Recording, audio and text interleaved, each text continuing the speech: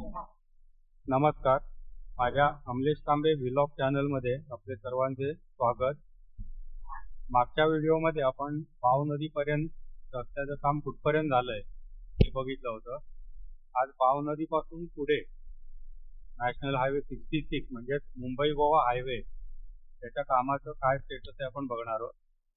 पाव नदी बघितलं तिथे डाव्यात तुम्ही बघू शकता संरक्षक भिंत बांधत आहे. पलीकडे नदी आहे. पाणी एक खबरदारी म्हणून ते संरक्षण घातलेली आहे आणि नंतर रस्त्याला पण इथे भराव येणार आहे. इथे डोंगर फोडण्याचं काम बऱ्यापैकी झालंय. सगळ्यात कठीण काम हेच होतं. हे काम रेंगाळलेलं होतं. आता थोडीशी इथे प्रगती झालेली दिसते. इकडनं उजव्या साईडचा बघू शकता तुम्ही डोंगर फोडलेला आहे. तिथे काम थोडंसं चालू आहे पण अजून म्हणावी तशी गती कामाने घेतलेली नाहीये. इथून डाव्याचा सगळी नदी आहे. ही पाव नदी आपण मागच्या व्हिडिओमध्ये बघितला पूल. तिथून येणारं जे पाणी आहे ते सगळं इथून फुटलं. पाऊसला ते पाणी इथून जातं. सारखं पाणी शिल्लक राहतं. आता सुद्धा आपण बघायला पाहिजे. तिथे पुढे जाऊन आपण बघूया. पाणी नाहीये. ठीक आहे, अशा पण गमती जमती आपण लाईफ मध्ये एन्जॉय करायच्या असतात. तर या ठिकाणी बघा उजवी बाजू जी आहे त्या ठिकाणी मातीचा ढीग घालून ज्याला आपण बेस तयार करण्याचं काम सुरू आहे. अजून पूर्ण झालेलं नाहीये. जस्ट त्याच्यावरती माती घालून काम सुरू आहे. त्याच्या पुढे जर बघितलं तुम्ही हा जो डोंगर आहे बऱ्यापैकी खडक आहे. मातीचं प्रमाण अगदी कमी प्रमाण आहे. यामुळे इथली कामं रखडली होती असं मागे मला एकाने सांगितलं की हे खडक आहे हे ब्लास्ट करून पण पटकन फुटत नाही. हा संगमेश्वर पर्यंतचा जो बेल्ट आहे हा बघितला तर सगळा असा खडकाळच आहे. खडक माती नीट पण खडकाचं प्रमाण जास्त आहे. तर इथे सुद्धा बघा हे खडक भरपूर आहे. सुरुवातीला पुढे माती आहे. वरती माती काढण्याचं काम सुरू आहे. हा सगळा बेल्ट व्हायला खूप वेळ लागणार आहे. लवकर होण्याचं काम नाही वाटत आहे. इथे थोडा पुढचा पॅच बघा सिमेंटचा करून झालेला आहे आणि वरती आता क्युरेटिंग साठी कोणपाट घातलेले त्याच्यावर ते पाणी मारतात. सिमेंटला नंतर पाणी मारायला लागतं नाही मग सिमेंट क्रॅक जातात. पाट घातलेले आणि मग पाण्याच्या टँकरने त्याच्यावरती पाणी घालायला सुरुवात करतात. पण हा इकडचा माझ्या मते बऱ्यापैकी पट्टा पुढे दिसतोय झालेला दिसतोय. ही जरी साईड एक व्यवस्थित झाली तरी बऱ्यापैकी ट्रॅफिक सुरळीत चालू राहील. कारण हा डावीकडचा रस्ता बऱ्यापैकी त्याला पुढे दिसतोय. इथनं जाणं इतके नाही वाटत आहे. पुढे बघूया आता काय परिस्थिती आहे. डोंगरामध्ये वरती आपल्याला पाणी मिळत नाही त्यामुळे शेतीचं प्रमाण तिकडे अत्यल्प असतं. भात शेती हा एक व्यवसाय तो पावसाळ्यात होतो. तो झाल्यानंतर मग पुढे फारशी शेती वगैरे इकडे होत नाही. आपण आता जुन्या पुलावरनं चाललो. आता नवीन पूल झालाय बांधून. मधला छोटा पॅच राहिलाय तरी झालेला आहे.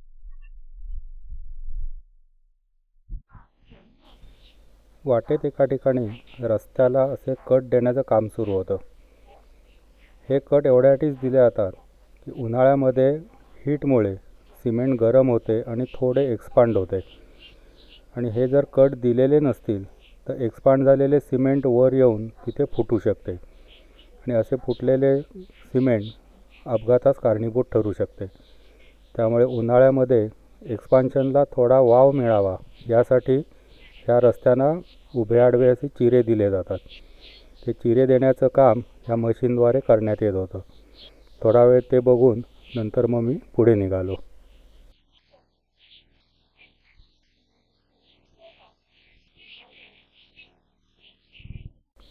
चॅनलला सबस्क्राईब केलं नसेल तर कृपया सबस्क्राईब करा, शेअर करा आणि पुढील येणाऱ्या व्हिडिओंचे अपडेट्स मिळवण्यासाठी बेल आयकॉनला क्लिक करा.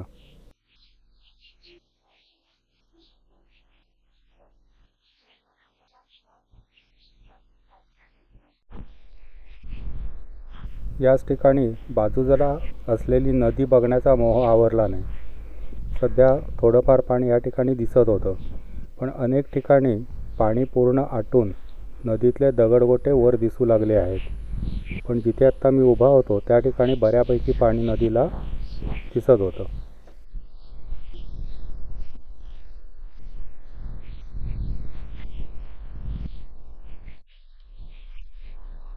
आता तिथे सिमेंटचे जे आता रस्ते झाले त्याला मध्ये चिरा पाडण्याचं काम सुरू आहे. त्यानं आपलं सहज विचारलं, नेमकं तुम्ही काय करताय? तो म्हणाला, आतमध्ये स्टीलचे रॉड असतात, ते रॉड आम्ही वरनं कट करतोय.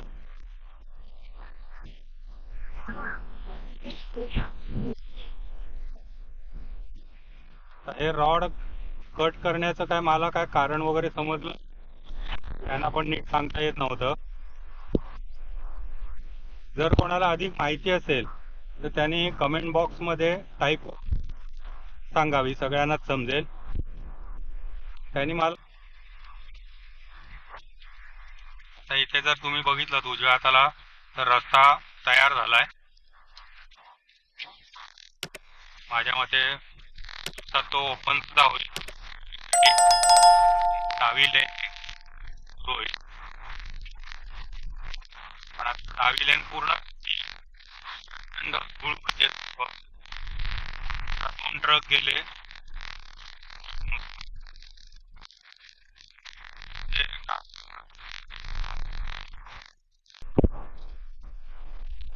इथे अजून काही काम नाही. हा पहिला आहे तसाच रस्ता आहे. डोंगर इकडे थोडासा डोंगर फोडल्यासारखा केलाय, पण हे काम एवढ्यात होण्यातलं दिसत नाही, एवढं मात्र निश्चित आहे. दरवर्षी एक नवीन डेडलाईन दिली जाते. वर्षाच्या सुरुवातीला वर्षाच्या अखेरची एक डेडलाईन दिली जाते. वर्षानुवर्ष हेच चालू आहे. समोर डोंगरामध्ये बघा धूर दिसतोय भरपूर, भाजावळ झालेली दिसते, भाजावळ. पावसाळ्यानंतर जे गवत उगवतं, रान असतं, त्याचा काय उपयोग नसतो. शेती करणारी जी लोक आहेत हे रान पेटवून देतात.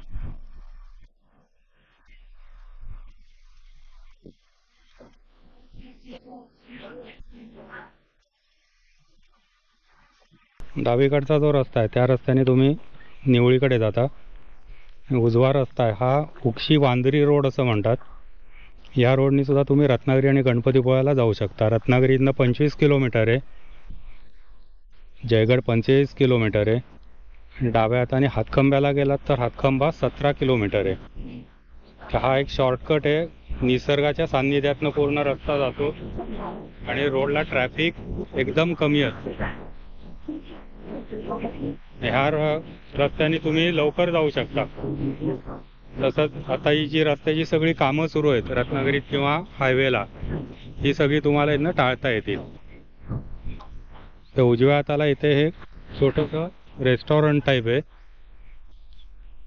येताना इकडे लक्ष टाका.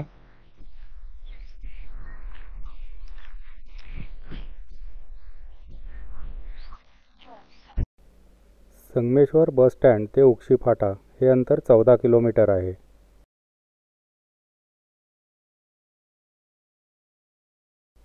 हे जे रस्ते दिसत आहेत त्यातला उजव्या हाताचा जो रस्ता आहे त्याने आपण उक्षी मार्गे गणपतीपुळा का रत्नागिरी या ठिकाणी जाऊ शकतो.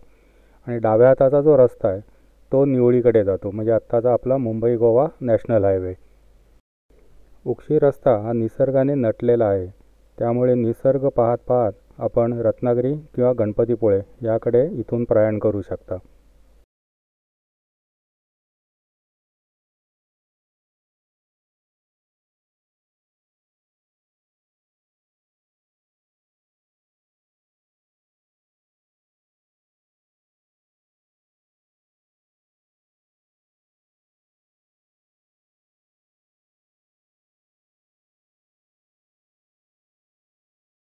उजव्या हाताला तुम्हाला ते छोटंसं रेस्टॉरंट दिसेल. तिथून एक रस्ता गणपतीपुळा किंवा रत्नागिरीसाठी जातो. त्याला शिवगिरी रोड असं म्हणतात. घाटाचा असा रस्ता पूर्ण निसर्गाच्या सान्निध्यातून जातो. गर्द झाडी आहे दुसरीकडे. विशेष म्हणजे हा रस्त्याला फार ट्रॅफिक नसतं. ज्यांना मुंबईहून येताना गणपतीपुळ्याला जायचंय किंवा रत्नागिरीकडे यायचंय त्यांनी ह्या रस्त्याचा जरूर वापर करावा. पुढे जी हायवेची सगळी कामं सुरू आहेत ती सगळी तुम्हाला स्किप करता येतील. हा रस्ता जिथे संपतो तिथेच निवळीतनं गणपतीपुळ्याला येणारा जो रस्ता आहे तो रस्ता तिथे कनेक्ट होतो. काय तुम्ही उजवीकडे वळलात की तिथून तुम्हाला गणपतीपुळ्याला जाता येतं, डावीकडे वळलात तर निवळीकडे जाता येतं आणि सरळ गेलात तर रत्नागिरीला मजगाव रोड या मार्गे तुम्ही येऊ शकता. रत्नागिरीचा आता जो एअरपोर्ट झालेला आहे त्या एअरपोर्टच्या रोडनी तुम्ही रत्नागिरीत येऊ शकता. इथून पुढे निवळीला जायचं, निवळीतनं हातखंब्यात यायचं, हातखंब्यातून रत्नागिरीत यायचं. हा जो वळसा आहे आणि त्यात पुन्हा वळसा म्हणण्यापेक्षा जी आता कामं सुरू आहेत त्याच्यामुळे आता आपण बघितलंय प्रचंड धुराळा, खड्डे रस्त्याला, तसं त्या रस्त्यांची अवस्था झालेली आहे. ते सगळं तुम्हाला इथनं स्किप करता येईल. मस्त निसर्ग बघत बघत रमत गमत तुम्हाला रत्नागिरीपर्यंत किंवा गणपतीपुळ्याला जाता येईल. तर ज्यांना हा रस्ता माहिती नाहीये त्यांनी हे ठिकाण लक्षात ठेवा. जे मुंबईकडून येत आहेत त्यांच्यासाठी हा जवळचा रस्ता आहे रत्नागिरी आणि गणपतीपुळ्यासाठी. आता आपण पुढे निघालोय. इथे बघा एक लेन पूर्ण तयार झालेली आहे. आता आपण ज्या लेननी जातोय ती पूर्ण तयार झाली आहे. डावीकडचं जे काम आहे त्याचा बेस करून झालेला आहे. आता त्याच्यावर कॉन्क्रीट करण्याचं काम लवकरच सुरू होईल, कॉन्क्रीट टाकण्याचं. पण उजवीकडची लेन मात्र आता पूर्ण झाली. उजव्या साईडला इथे जो डोंगर दिसतो हा सगळा बघा पूर्ण खडक आहे. अगदी नावाला माती आहे त्याच्यात, बाकी पूर्ण खडक आहे. पण बऱ्यापैकी हा सगळा रस्ता डोंगर फोडून तयार केलेला आहे. त्यामुळे जे कॉन्ट्रॅक्टर ज्यांनी हे काम केलंय त्यांना निश्चितच कौतुक करण्यासारखं हे काम आहे. आपण गाडीतनं फिरतो आणि म्हणतो अरे काय अजून यांची कामं होत नाहीत, पण प्रत्यक्षात ज्यांनी ही कामं पाहिली आहेत रस्त्यावर उभं राहून, कारण मी सुद्धा हे काम रस्त्यात उभं राहून पाहिलेलं आहे, ते दगड जे आहेत ते फुटत नाहीत, प्लास्टिंग करून पण फुटत नाहीत. एवढा तो दगड एवढा हा दगड घट्ट प्रकारचा आहे. आता त्याला लँग्वेज मध्ये मला माहिती, पण वस्तुस्थिती आहे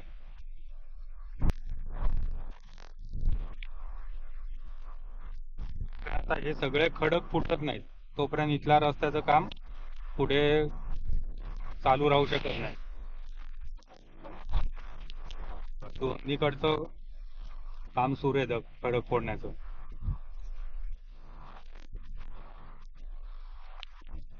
हा पूर फोडून झालाय, हे जवळजवळ झालाय. थोडंफार किरकोळ काम राहिलंय.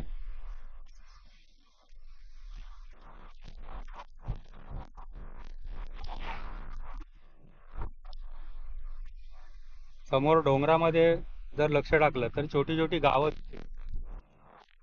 आहे. माझ्या मते परचुरी गाव आहे. परचुरी गाव हे कैलासवासी कुसुमताई अभ्यंकर त्यांनी एक कादंबरी लिहिली होती ती ह्या गावाशी निगडीत होती. कोणाला नाव आठवलं तर त्यांनी कमेंट मध्ये देऊन सांगा. मी जास्त आता त्या डिटेल्स मध्ये जात नाही. हे जे गाव आहे परचुरी पूर्ण डोंगरामध्ये वसलेलं गाव आहे. पायथ्याशी नदी आणि डोंगरात गाव. इथे बऱ्यापैकी भात शेती हा एकच उद्योग आहे शेतीसाठी. पण तरी आता काही जणांनी तिथे नवीन नवीन प्रयोग केले. म्हणजे मध्यंतरी एकाने तिथे कलिंगडाची पण शेती केली आणि चांगलं पीक घेतलं असं मी ऐकलंय. सिमेंट वरती रस्ता झालेला आहे, त्याच्यावर गोंडपाट टाकलेत आणि आता हे बघा इथे पाणी मारतायत त्याच्यावर.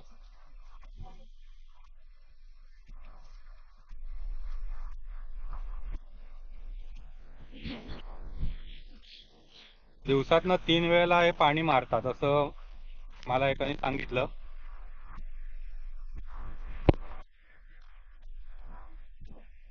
कुठलंही सिमेंटचं काम झालं त्याला काही दिवस ओल हा मिळावा लागतो, नाहीतर ते सिमेंट जे त्याला लगेच क्रॅक जायला सुरुवात होते, तडे पडायला सुरुवात होते.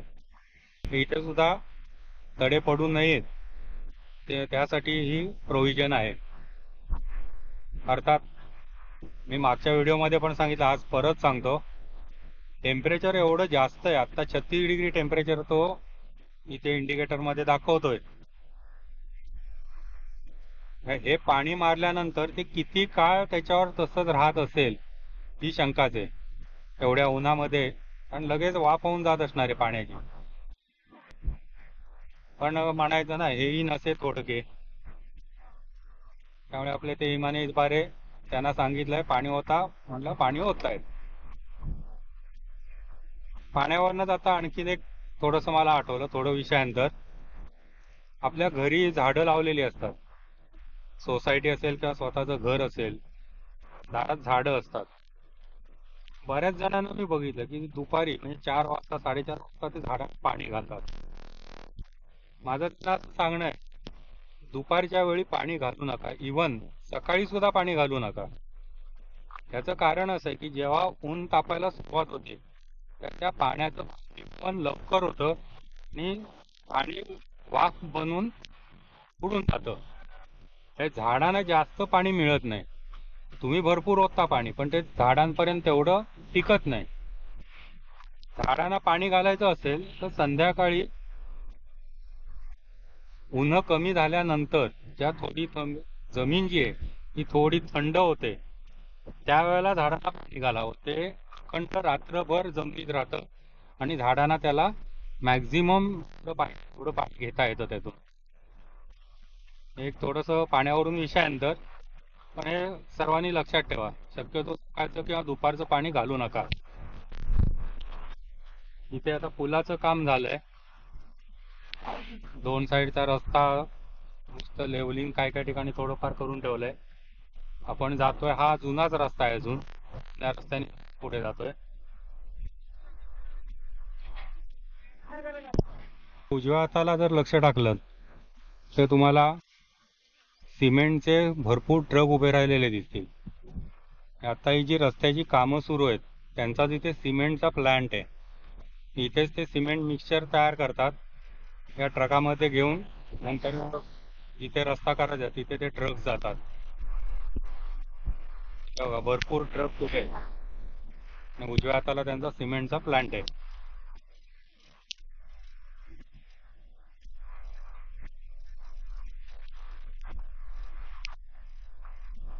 आज पण जरा टेम्परेचर बऱ्यापैकी वाढलंय, बऱ्यापैकी म्हणजे चांगलंच वाढलंय.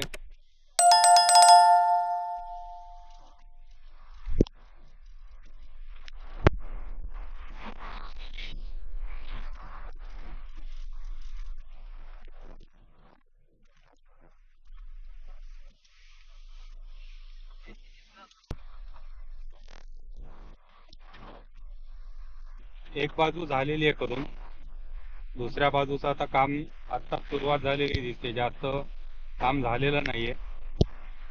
म्हणजे जो जुना रस्ता होता त्या रस्त्याचं आता फोडाफोडीचं काम सुरू आहे. दुसरी जी लेन आहे तिथे मात्र काम पूर्ण झालंय.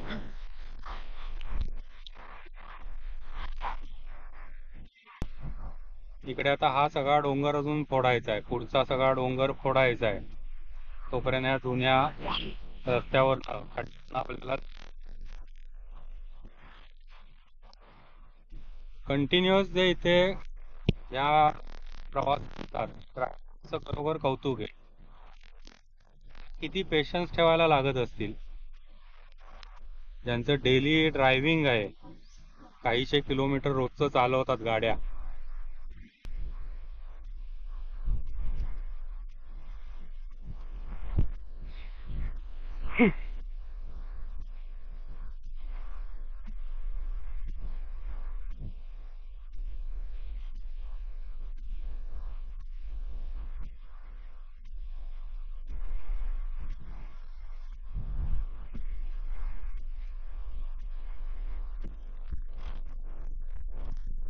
जाता आपण जुन्या रस्त्यावरनं जातोय.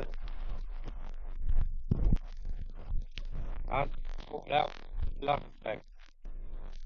पावसाळ्यात इतकी हालत बेकार होती इथे. सगळा नाही जात. दुसऱ्या खड्ड्यात गाडी जाते. पावसाळ्यामध्ये खूप हाल होत. त्याच्यानंतर आक्रमणी येतात. हाल होतात. विचार नसतो. वर्षी चाकरमाने आपले जीव मुठीत घेऊन प्रवास करतात. त्यामुळे एवढे अपघात झाले, इतक्या जणांचे गेले.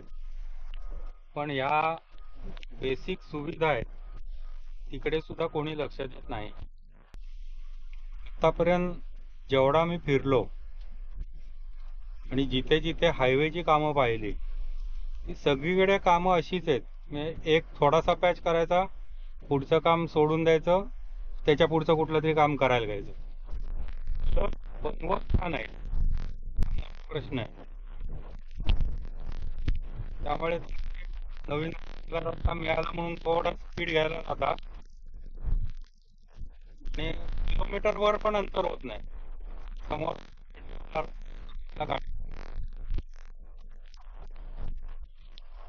आता काय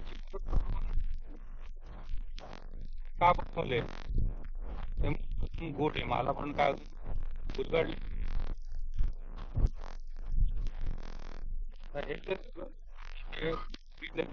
काळ त्या दगडाला काय नाव कठीण असा हा खडक आहे. ते फोडण्याचं काम इतकं पण आहे. डाव्या जी नदी वाहते आता खूप पाणी आहे. माझ्या मते मे एंड हे पाणी आणखीन बऱ्यापैकी कमी झालेलं असेल. आता इथे आपण संगमेश्वर या गावात आलोय. इथून संगमेश्वर गाव सुरू झालं. संगमेश्वरचा इथे डाव्या हाताला जुना पूल आहे आणि त्या पुलाच्या शेजारी नवीन पुलाचं बांधकाम सुरू आहे. पण बघूया, जर जागा असेल तर तिथे गाडी थांबवून ड्रोन शॉट्स काय घेता येतात काय बघू. इथे पुलाचं काम सुरू झालंय. जुना पूल मध्ये ठेवलाय आणि दोन बाजूला नवीन पुलाची उभारणी होतीये. इथे बघा, आपण जातोय हा जुन्या पुलावरून जातोय.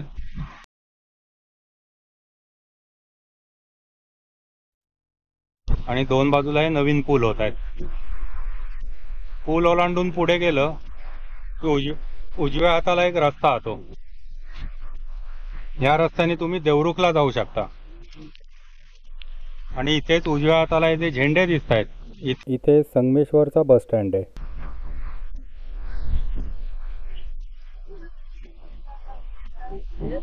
देवरुख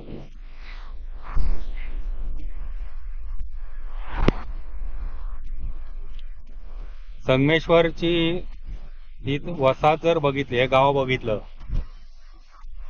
असं दाटी वाटीने घरं असलेलं आणि असं थोड्या थोड्या अंतरावर पुढे वाढत गेलेलं असं हे गाव आहे. पूर्वीची इथली आठवण म्हणजे बऱ्याच वेळेला इथे ट्रॅफिक जाम व्हायचं. हे बघा, अगदी तीव्र असं वळण आहे आणि अरुंद रस्ता, त्याच्यामुळे इथे बऱ्याच वेळेला ट्रॅफिक जाम असायचं.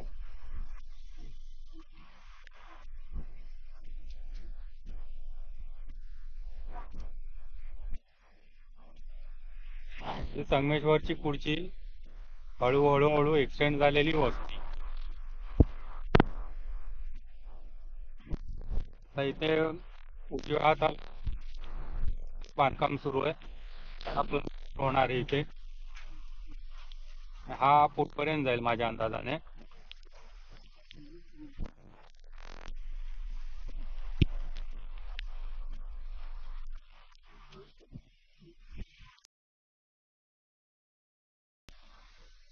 आता इथे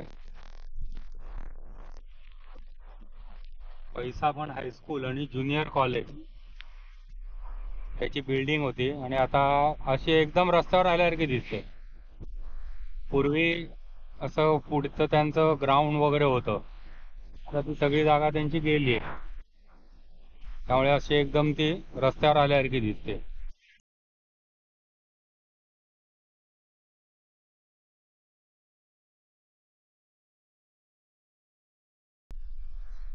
इथे आता एक तुम्हाला सरळ जायला पण रस्ता आहे. तो रस्ता कसबा या ठिकाणी जातो. कसब्याला शंकराचं एक मंदिर देखील आहे. तुम्हाला जायचं असेल तर इथनं या मंदिराला जाऊ शकता. कर्णेश्वर मंदिर म्हणतात त्याला. या नवीन पुलाचं अजून इथे काम सुरू आहे, त्यामुळे तो रस्ता बंद आहे. आणि हा जो समोर इकडे रस्ता गेलाय हा कसब्याकडे गेलाय. आपण डावीकडे वळलो, हा मुंबई रोड. आणि आता मुंबईचा हा जो जुना पूल आहे त्या पुलावरनच आपण पुढे जाणार आहोत. डाव्या हाताला इथे नवीन पुलाचं बांधकाम सुरू आहे. व्हिडिओ आवडला असल्यास लाईक करा, शेअर करा, चॅनलला सबस्क्राईब करा आणि पुढील व्हिडिओंचे अपडेट्स मिळवण्यासाठी बेल आयकॉनला क्लिक करा. धन्यवाद.